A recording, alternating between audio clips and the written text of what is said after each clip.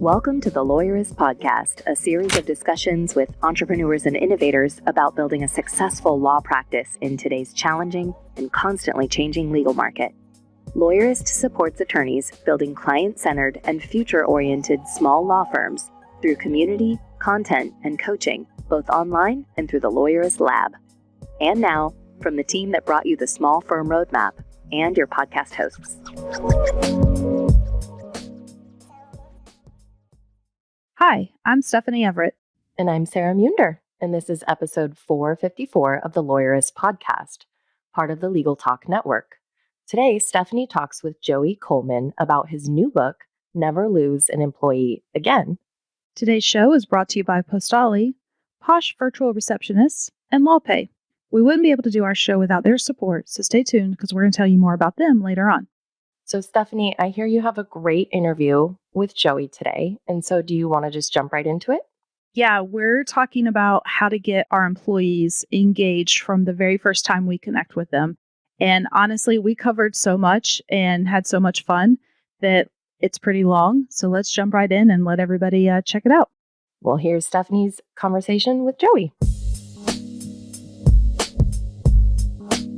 Hey there, friends. Joey Coleman here. For the last 20 years or so, I've helped organizations to keep their customers and their employees.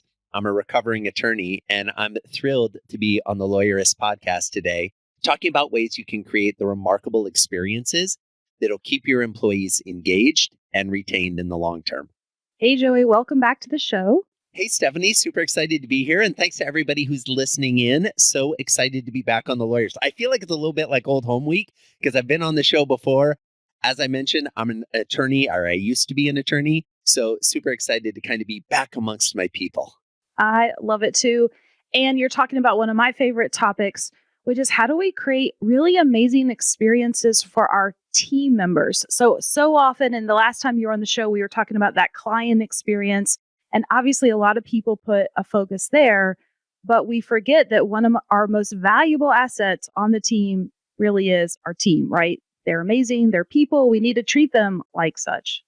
So true, Stephanie. Yeah, we can't expect to be able to deliver a remarkable client experience if we don't have a great team experience, a great employee experience, because those are the people who are going to be delivering the experience to our clients.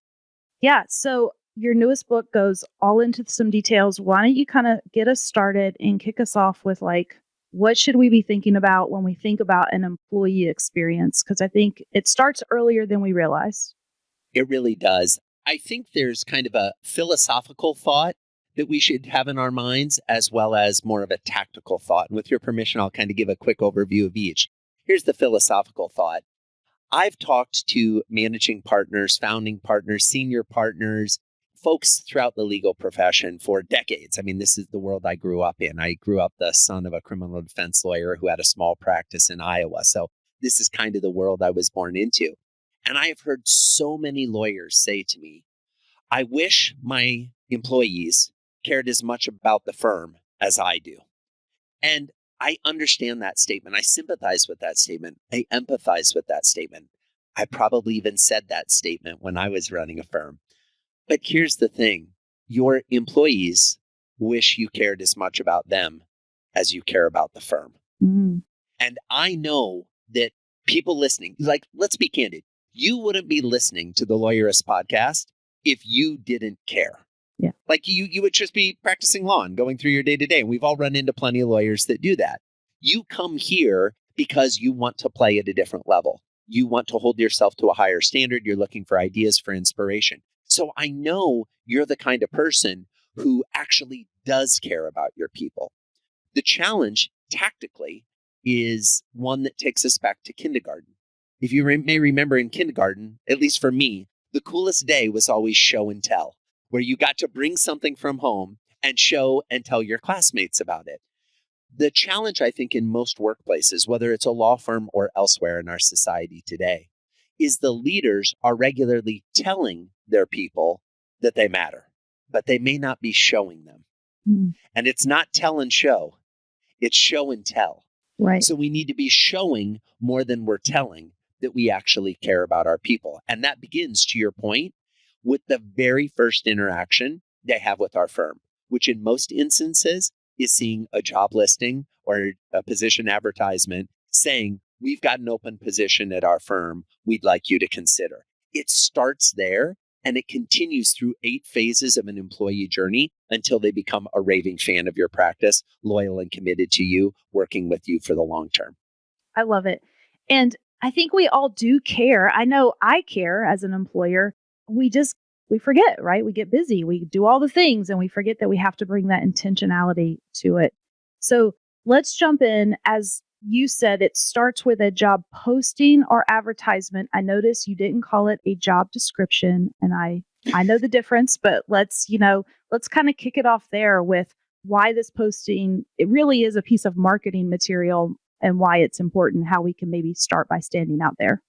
Well, I think where many organizations struggle is they think that when they're putting out that they're hiring, that they have an available position, that their goal should be to say, here are all the things you have to be for us to like you. When the reality is, especially in our economy today, you need to be putting out into your job posting or your position advertisement all the reasons why someone should like you. Why should I spend my time with you? Why should I come work in your organization? Now, of course, a piece of that is the type of person you're looking for. I don't mean to diminish that. But if you look at the typical law firm posting, it starts out with 1 to 3 paragraphs about the firm's history and how awesome the firm is and what we do and blah, blah, blah. I mean, this is kind of like going on a date. And before the waiter or waitress has even taken your order, the person is launched into a diatribe of their entire life history. You're not excited about this. You're like, look, I appreciate that you have a background in history, but what's in it for me? What is actually going to come of this relationship if all you like to do is talk about yourself? I think if we put ourselves into a prospective employee's shoes and we think about somebody looking for a job and they're seeing all the different postings and positions that are available, we need to be attracting and repelling with our job posting. What do I mean by that? In the same way that your posting needs to be very clear about the type of person you're trying to attract and who's going to thrive and succeed in your work environment, we also want to actively repel people by being so explicit and so specific in how we describe our brand and our culture and our firm and who we're all about. Like the right candidate should read your job posting and say, I have to work there. The wrong candidate should read it and go, oh my gosh, I'm annoyed that I even spent time reading that.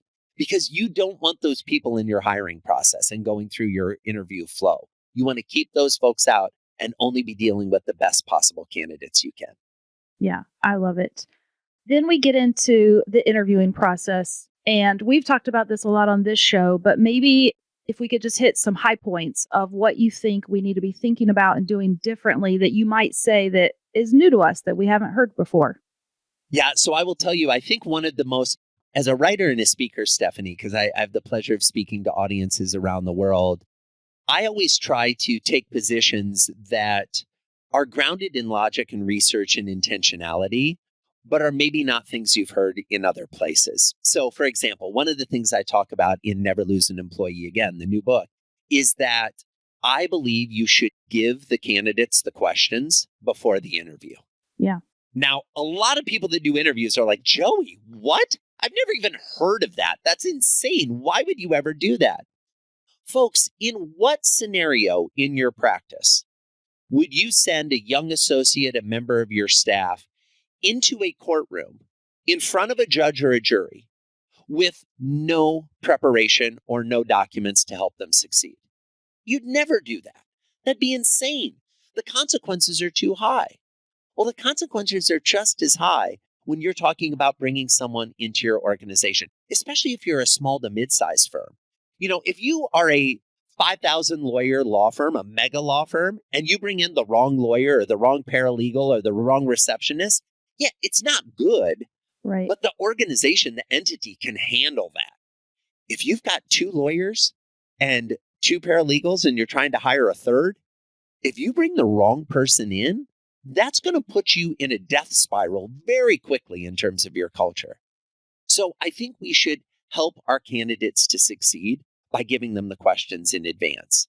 I'm not saying you have to give them all of them, but probably 85 to 90% of the questions.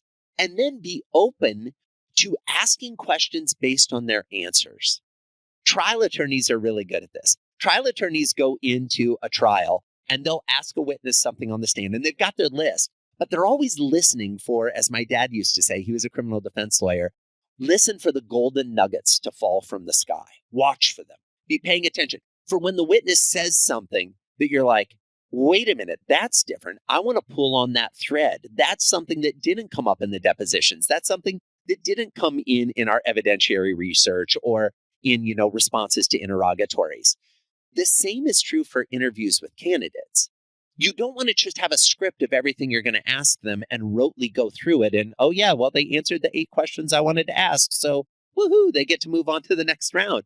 No, pay attention to the type of answers they give and then pull on the thread of those answers. If they say something that's interesting to you or intriguing to you, spend time in that, even if that means you deviate from your list a little bit. Yeah.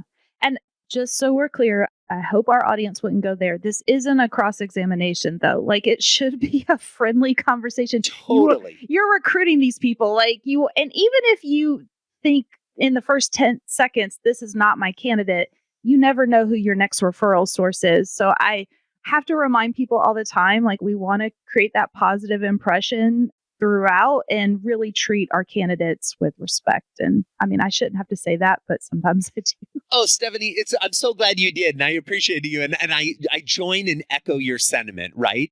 All too often an interview feels like at worst a cross-examination and at best permission to treat the witness as hostile, Your Honor, right? And it's like, no, it should be, this is a friend. This isn't a grilling. This isn't an examination. This is a conversation. And you should be as quick as the person who's leading the interview to share your answers to the questions as you are to ask them to answer the questions. One technique that I found throughout the years is incredibly useful is if you ask a candidate a question that you know is kind of a difficult question or is something that is designed to get them to give an answer that they haven't given in the typical interview they've done. What I like to do is say, and if it works for you, while you're thinking of your answer, can I share how I would answer this question? Not for you to copy my answer, but to show that I'm willing to be vulnerable, to be honest, to tell a self-deprecating story, fill in the blank, because that creates some reciprocity and some permission. That creates some space for the candidate to feel a little bit like, oh, this is a conversation, not a cross-examination. Yeah, so helpful. All right, there's so many in the 8 phases. I want to keep us moving because the next phase is, I think, where you give some really fun examples of how we can start thinking about this differently. So we've had an amazing interview experience. We found the right candidate. And now what we typically do is send a really boring lawyer type letter that has all the disclaimers and is like, please join us. Yeah, it's so fascinating to think how many offer letters are written at arm's length. So consider the typical offer letter. It's got information about, by the way, reminder, you're an at-will employee. We can fire you anytime we want. Oh, and by the way, you're not going to be eligible for any of your benefits until the 3rd Sunday of the 4th month of the lunar eclipse. And then you'll kind of qualify. And like all these permutations and things. And it's written in a very sterile format. Contrast that with an experience that I imagine everyone listening has had, at least at some point in their life. You go to the mailbox and you open it up and you see an oversized envelope. It's beautiful. You pull it out and there's scripted calligraphy handwriting on the front addressed to you. You turn it over and maybe there's a wax seal sealing the envelope. You open it up and there's another envelope inside of that envelope. And you open that envelope and there's another envelope inside of that envelope. It's like the Russian nesting dolls of mail pieces, right? And you keep going and finally you come upon this beautiful piece of paper that invites you to the wedding of someone you know or love or care about. And the experience of you having that invitation is the manifestation of the invite to the next chapter of that person's life or that couple's life. Contrast the emotional feeling of receiving that invitation where you're like, oh my gosh, we have to go to this. This is going to be epic. It's going to be amazing. Oh, we're so excited for them. This is wonderful. Quick, honey, let's RSVP. How many chickens do we want? Do. Compared to you are an at-will employee. We can fire you at any time you want. What is the type of emotional energy that your offer is creating? And in this day and age, Stephanie, so many offers are sent via email. I'm not opposed to sending an offer via email, but I'd be willing to bet that no one listening to our conversation today can tell me, yeah, boy, I got an amazing offer via email. It was so personal and it made me feel so good and it was so connective. No, it feels like it's a rote automaton that sent out this, hey, I checked the 4 boxes of the HR discrimination policy and we've included all that information and here we go. Now, before anybody gets too anxious, I'm not saying you shouldn't include the required elements in your jurisdiction of an offer and that you should deviate from HR law and, employment law requirements. What I am saying is there's a way to think more strategically about doing that and bring a little bit of care and concern and excitement to the extending of the offer. Yeah. And I guess because we live in a remote world now and email is happening more. How can we think even creatively? We've often asked people, hey, are you available to get on a Zoom call with us at 3:00 today? Because we know we want to we want to do it kind of in person video, right? So do you have any tips there in considering that also it's just a fast paced world right now because candidates are getting job offers like crazy. So you have to sometimes we have found we've had to speed up our hiring process. We used to have it be really long and we're like, nope, now we got to get these people through and get them excited and get them on board. Yeah, Stephanie, 2 important and key points you make there. Number 1, speed to offer and speed of communication with candidates is hugely important and is only increasing. Any candidate that is interviewing for a job with you is most likely interviewing with 3 or 4 other organizations. And if you've identified that they're great talent and you want to bring them into the fold, chances are better than not, someone else has either made that same decision or is making that same decision contemporaneously. So you want to make sure that you are responding quickly. I love this idea of a Zoom call. Imagine inviting someone to a Zoom where not only are you on the call, but everyone on the firm is in the call. And maybe they've got party hats on and balloons and there's excitement and there's energy and you come on the call and they all start clapping and you say, hey, we just wanted to let you know, we think you're amazing. We love the interview process with you. We would love to extend you an offer of employment. We'd love to have you join our team. We'd love to have you be part of what we're building here. We think you'd be a great fit, etc. And everybody on your team is clapping and there's excitement. That's going to create a completely different experience. Another option would be to send something in the mail. Now, see earlier comment about speed, but here's the thing. Imagine a package showing up at your candidate's house from FedEx. I don't know about you, Stephanie, but when the mail comes into our house in the afternoon, there's the regular post, there's a boatload of packages from Amazon, right? And then there's a FedEx envelope. Guess which one's getting opened first? That'd be the FedEx envelope, right?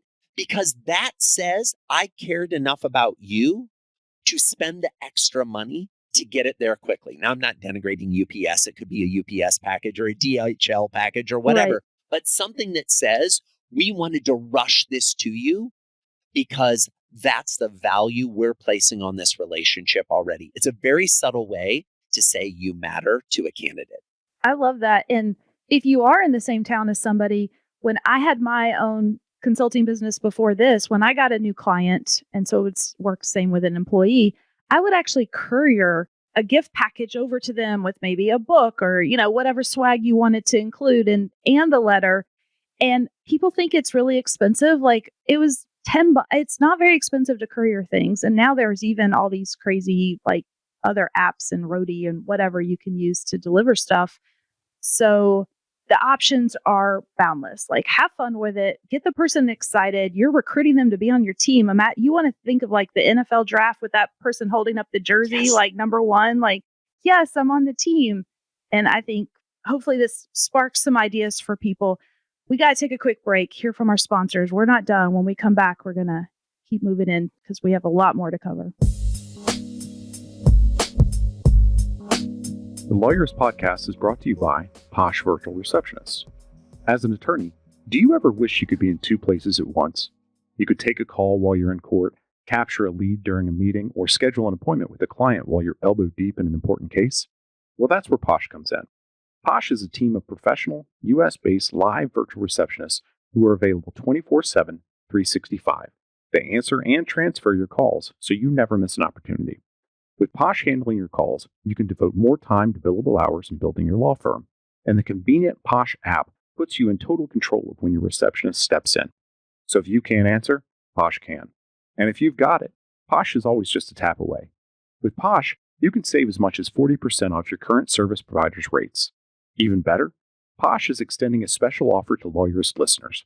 Visit posh.com/Lawyerist to learn more and start your free trial of Posh Live Virtual Receptionist services. That's posh.com/Lawyerist. And by LawPay. Don't be the last to discover why the legal industry is raving about LawPay Pro. Say goodbye to manually recording your working hours and chasing down late payments. Accurately track time, reclaim billable hours, and get paid faster with all the billing and invoicing features you need in one easy-to-use tool. Plus, plans start as low as $19 per month per user. Visit www.lawpay.com/Lawyerist to learn more. And by Postali. At Lawyerist, we know marketing is an essential piece of a firm's growth strategy. While marketing may be on your radar, the branding process is often glossed over. Our partners at Postali can develop your law firm brand. Postali is a full-service marketing agency working with attorneys nationwide. Their team will guide you through an exercise and then deliver a blueprint that powers your firm's internal operations, visual identity, and marketing efforts. Branding is more than just a logo and color palette. Taking the time to define your target audience, vision, and core values will ensure that you have a well-aligned internal team ready to help you set and achieve your growth goals. Visit postali.com/branding to get started. All right. I love all the ideas. By the way, the book is filled with so many fun ideas from other companies of ways they're kind of implementing these little things. And I just got so encouraged. I think I told you before we hit record, like my team's probably annoyed with me right now because I was like, look at this cool idea. And they did video, they did high fives as people were coming into the office on the first day of work. How can we do that? How can we get, so I always love all the ideas that you're giving and sharing with us. And now we're really into the heart of the onboarding process. And this is where most of us, like if we could talk a more boring process, how many people get excited about the first day of work because they're going to come to work and fill out HR forms? Exactly, Stephanie. It's so crazy. First of all, thanks for the kind words about the examples. One of the things that was really important to me when writing the book, and I have the same philosophy when working with clients or speaking on stages, is stories work and examples work. And so that's why this book has over 50 case studies from all 7 continents. Yes, we even got a case study from Antarctica in there, right? Nice. Because humans are the same globally. I understand that there are cultural differences, and I certainly respect those.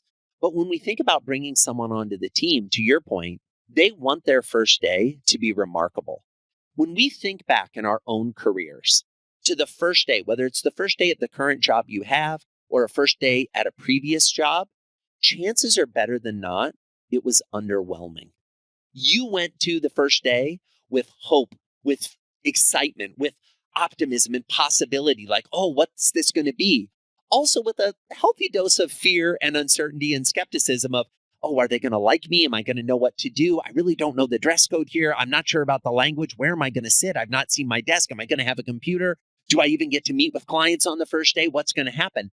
So we have this beautiful tension of uncertainty and excitement that most firms meet with the most blasé interaction you could ever imagine. To your point earlier, it often involves lots of HR forms, opting into which insurance coverage do you want, or which, 401k plan do you want to opt into, or retirement plan. There's probably some discussion of, harassment in the workplace and what our rules are. And you're like, really? We're opening with talking about harassment. Should I be concerned that there's harassment in the workplace since that's on the agenda for day one?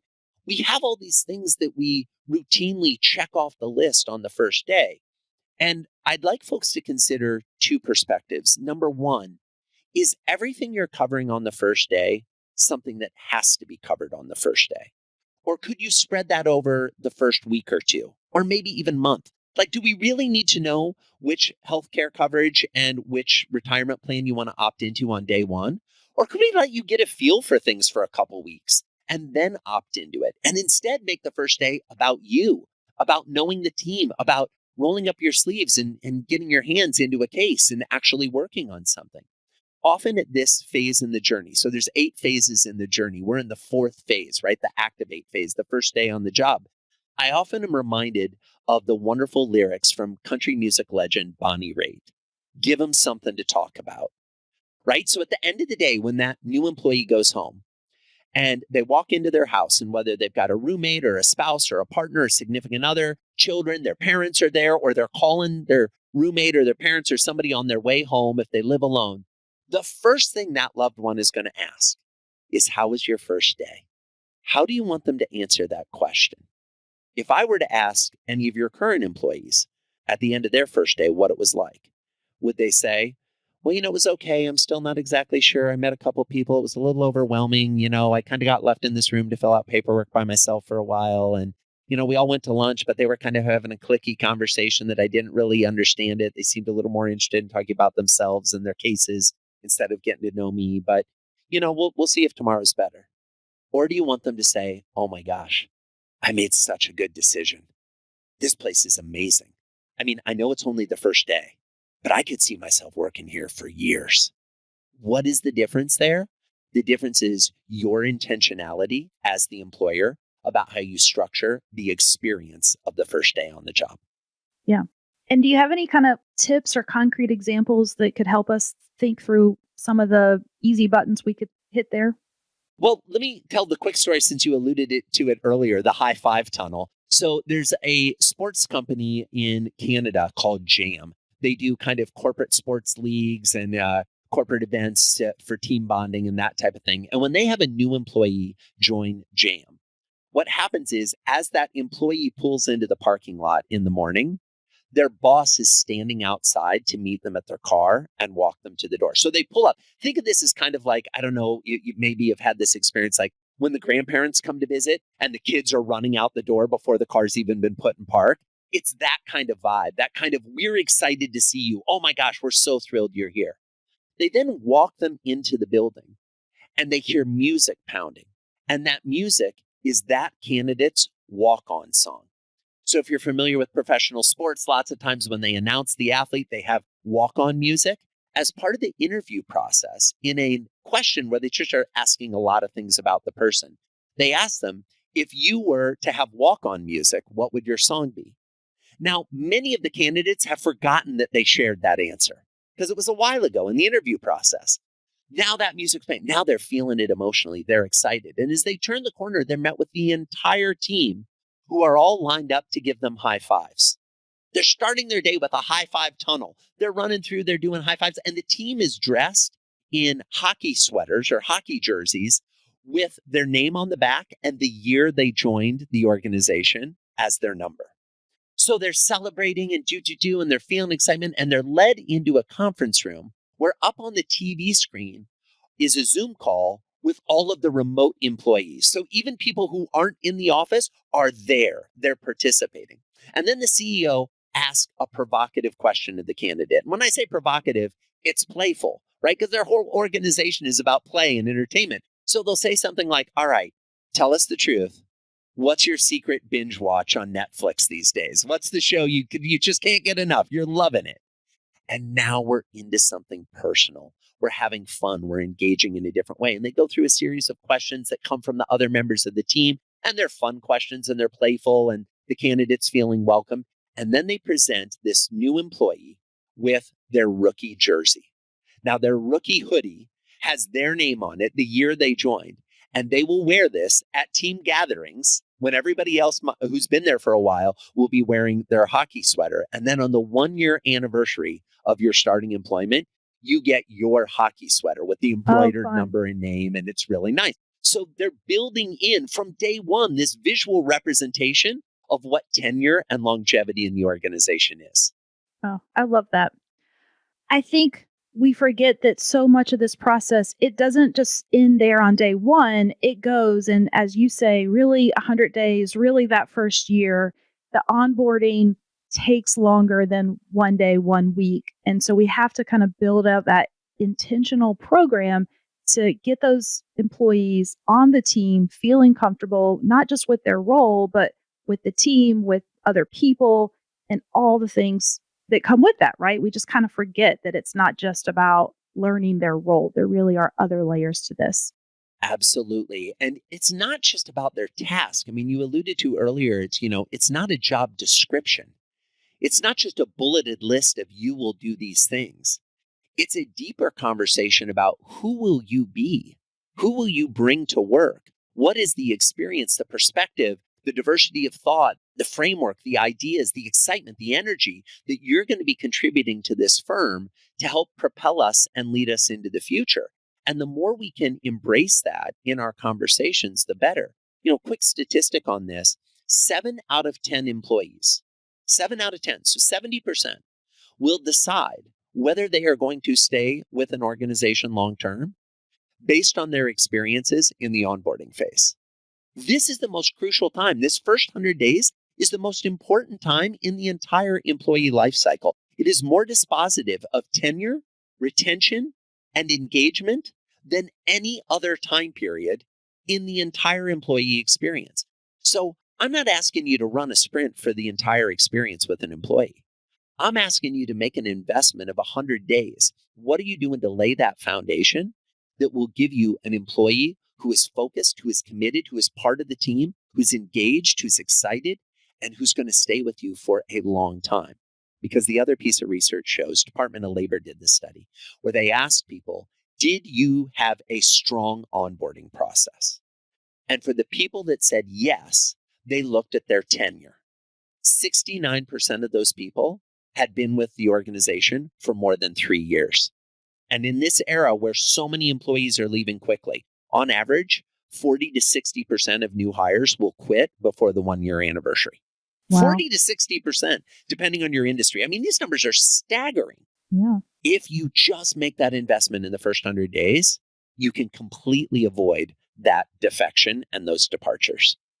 So how do we balance out that we do need to do this training, and we also want to give them some work, and we want to make it fun and for them to learn the company history and culture and get to know the team? And so, do you have any tips there for us of how to kind of think about those 100 days to make them really effective? It's interesting. I have 2 little boys. I have a 7-year-old and a 10-year-old. And I remember our pediatrician, when they were very little, we were talking about the food they ate. And so they were on solid foods. And at one point, one of our sons was like all about yams. Like he just wanted to eat boatloads of yams. Like I was afraid he was going to turn into a yam. And I remember our pediatrician saying to us, it doesn't matter what they eat in a day. What matters is what they eat in a week. You want to have diversity of experience in terms of their foods over the course of a week.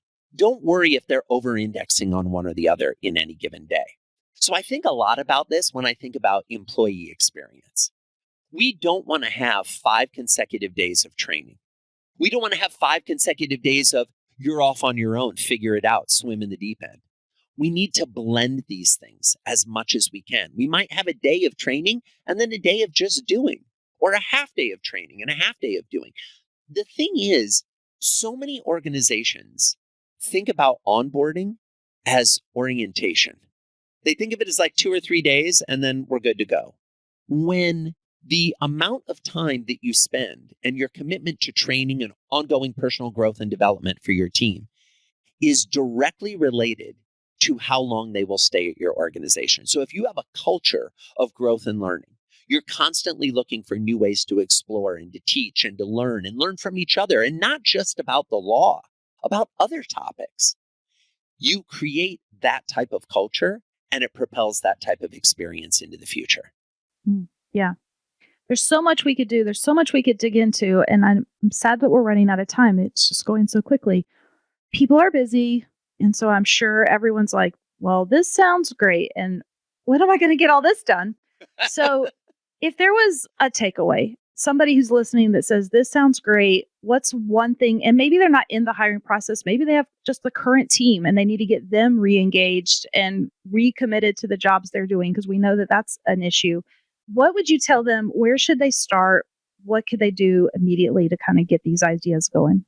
Stephanie, I love this because what we know from the research is that 65% of current employees in the United States, and the number is similar globally, but in the US, it's 65% of current employees are actively looking for another position. Wow. So you may not be hiring right now, but 65% of your team is thinking about putting you into a hiring right now position. Okay? So what are we going to do to connect with those people that are already part of the team? I say this from a place of respect because I'm guilty of it too. We're probably taking our current team for granted. It's probably been a while since you substantively showed them, as opposed to told them, right? That show and tell analogy, showed them how much you care. So here's one tip takeaway that folks could implement. Just when you're done listening to this podcast, press stop and do this exercise, and it will do more to move the dial on your current employee engagement and experience than any other thing. And the total investment is going to be less than 3 minutes. You've got the tools you need already, and the cost in terms of practical dollars spent is zero. So here's the idea. Pull out your phone. Flip your phone to selfie mode on the video camera. Now, I want you to think of one member of your team that you couldn't live without. The one member on your team that is just always contributing. They're a linchpin in your organization, and you're going to film them a video. Now, for purposes of this hypothetical, I'm going to explain to you what that video could look like, and we're going to pretend that I'm making the video for Stephanie. Okay, so here's how the video goes. Hey, Stephanie, I was listening to this podcast today that I love, and they had this weird guy on that kind of challenged us to think about the person on our team who contributes the most, the person on our team that we couldn't exist without, the member of our firm for whom this firm's success in the future and today is reliant on because of the contributions they've made in the past. And we know just what an incredible team player and member of the organization they are. And I got to tell you, I immediately thought of you. I love the way you bring your full self to work. I love the way you walk into the office in the morning with a smile on your face and a spring in your step. I love the way that when things are falling down all around us and we've got clients going crazy and the phones are ringing and judges are demanding stuff and we're not exactly sure what's going on, you keep your cool. You've got perspective. You've got great insight. And if I were to list out your contributions to this firm, I would need a bigger library than the one we have in our office. Like, it's just, you have done so much. Thank you. Thanks for being you. Thanks for contributing to this team. And please know how much you are loved and appreciated. Now, here's what the research shows. Number one, the typical video sent via text message gets opened and watched in full within 90 seconds of receipt. So you're going to cut right through the noise and immediately get to that employee. Number two, you've just given them a digital artifact, proof that they matter, a video that expresses how you feel, that you may have said some of these things before, but you said them in passing in the hall or during a review or over lunch in a crowded restaurant. The research also shows that not only will that person watch that video quickly, but they'll watch it more than once and they'll share it with their closest loved ones. Why? Because in 2023, humans are dying for proof that they matter. We are dying for relevance, to feel that the work we're putting in is having an impact. So many people are spending their days doing posts on social media looking for a like because that makes them feel the slight hit that something they said or something they did was valuable. If your team is getting the hit of whether they are liked or valuable from their social media post, we've got a lot of room to grow. Yeah. I love that. I'm going to do it right now. I'm going to not stop with just the most. The most was hard. So immediately. So I was like, I want to do that for each team member every week until this thing goes live. So we're going to keep it going because, yeah, everyone on the team brings that special something to the team and we don't tell them in a meaningful way enough. So this is so great. we'll make sure, obviously, the link to the book and to all the things, all the different ways to connect with Joey are going to be in our show notes. It is an excellent read. Everyone should grab it. It's Never Lose an Employee Again, right? So the compliment to never lose a customer again. I love when I get encouraged and excited by all the new ideas that you bring. So I know when next time we talk, I'll be able to tell you about all the things we implemented from this book. Oh, Stephanie, I love it. And I so appreciate that because I'll close with this. I believe there are three types of speakers or writers, right? There are those who make you think differently, those who make you feel differently, and those who make you act differently. And while I certainly would want anyone who reads Never Lose an Employee Again or Never Lose a Customer Again to think differently and to feel differently, if you don't act differently, I haven't earned the investment of your time. Forget about the investment of buying the book. Let's be candid. Buying a book, $30. It's not a big investment. But the hours that you will spend reading the book, that's time you can't get back. I want to see you implement. And we've put all kinds of things into the book that are designed to help you with that. There are downloads. There's an experience the book that you can sign up for while you're reading the book. There are assets that are available to you. There's ideas, because I want folks like you have already shared to take action. And I'm excited to hear what people do when they read the book. So if you read the book and you come up with an idea and you implement in your team, send me an email and let me know how it goes. My email is in the book multiple times. It's super easy to find me. Send me a message, and I would love to hear what you've done to make the experience in your firm even better for your employees. Love it. I want to hear too. So this has been great. Thank you so much for being with us today, Joey. Oh, thanks, Stephanie. And thanks to everybody who was listening in. Hope you enjoyed the conversation as much as I enjoyed getting a chance to chat with Stephanie. The Lawyerist podcast is edited by Brittany Felix. Are you ready to implement the ideas we discuss here into your practice? Wondering what to do next? Here are your first 2 steps. First, if you haven't read the Small Firm Roadmap yet, grab the first chapter for free at Lawyerist.com/book. Looking for help beyond the book? Let's chat about whether our coaching communities are right for you. Head to Lawyerist.com/community/lab to schedule a 10-minute call with our team to learn more. The views expressed by the participants are their own and are not endorsed by Legal Talk Network. Nothing said in this podcast is legal advice for you.